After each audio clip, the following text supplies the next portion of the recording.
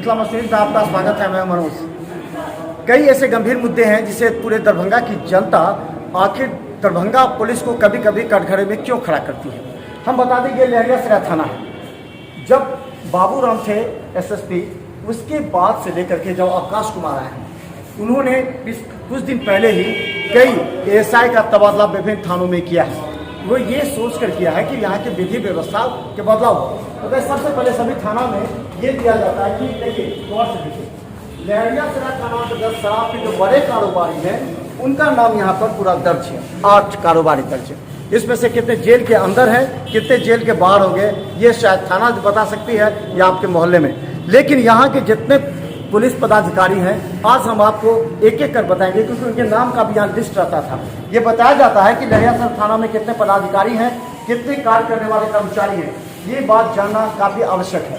हम आपको एक दो चीज़ और बताएंगे कि यहाँ एक मामला आया था सामने में अभी जो मामला, क्या मामला है?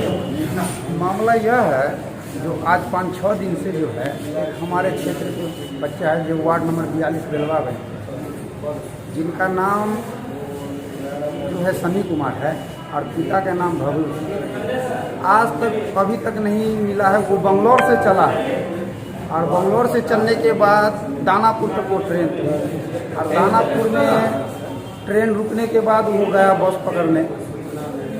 बस पकड़ने से पहले ऑटो पकड़ा था। ऑटो में बैठने के बाद वो अपनी माँ से बात किया 15 तारीख, और माँ से बात करने के बाद जो है उसका फ़ोन नहीं लगा और उनका मोबाइल छीन कर किसी लड़का ने फ़ोन किया और धमकी दिया कि सन्नी कुमार गया। जी ढंग का जो उनके गार्जियन का क्या हुआ, थाना दर्ज करें, मामला क्या करें? जी अभी हम लोग लहरियासराय थाने पर हैं, अभी आए हैं और हमारे थाना प्रभारी महोदय से बात की है। उन्होंने आवेदन लिए हैं और कहा है कि अभी तुरंत प्राथमिकी दर्ज करेंगे और जल्द से जल्द कार्रवाई करेंगे।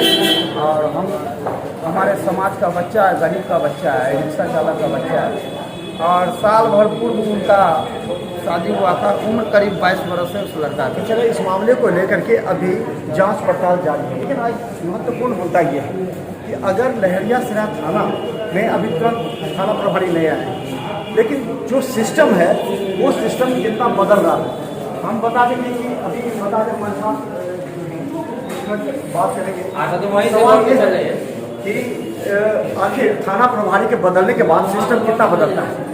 मदन प्रसाद यहाँ आए हैं, इससे पहले HN सिंह थे, तो ये हम आपको बात करेंगे। जब गौर से सुनिएगा लहरियासराय थाना में क्या क्या सिस्टम बदला है।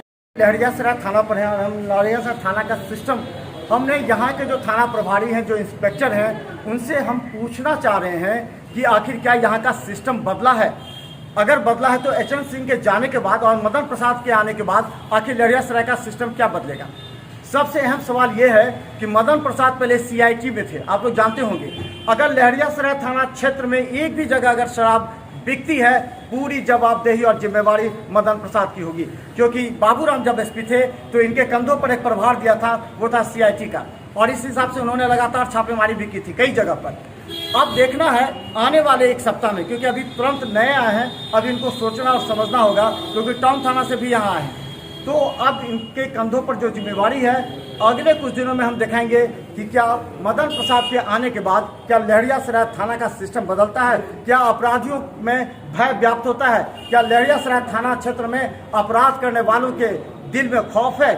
और ये जानना चाहेंगे कि अगर लहरियासराय थाना क्षेत्र में अगर कोई समस्या होती है उसके लिए कितना सजग हैं और जनता के प्रति कितना जवाबदेह। अगर कोई थाना में मामला दर्ज करने के लिए आता है तो मदन प्रसाद उसकी बात को सुनते हैं या नहीं, ये सारा बात कुछ दिन में हम आपको दिखाएंगे, क्योंकि अभी नए आए हैं, इनको बहुत कुछ समझना होगा। लेकिन सबसे बड़ा सवाल है, CIT में रहते हुए इन्होंने कई जगह छापेमारी की थी लहरियासराय थाना क्षेत्र और दरभंगा में, तो क्या अब जो शराब माफिया है उन पर अंकुश लगाएंगे, उन पर रोक लगाएंगे, या CIT का काम अलग है, थाना प्रभारी आने के बाद उनमें बदलाव आ सकता है। ये सारा कुछ हम दिखाएंगे। देखते रहिए मिथिला मंच न्यूज़ पर, क्योंकि अब जवाबदेही मिथिला मंच न्यूज़ की भी हो गई है। हम शाम में भी दिखाएंगे कि थाना यहाँ कितना एक्टिव है। आपके हित। धन्यवाद।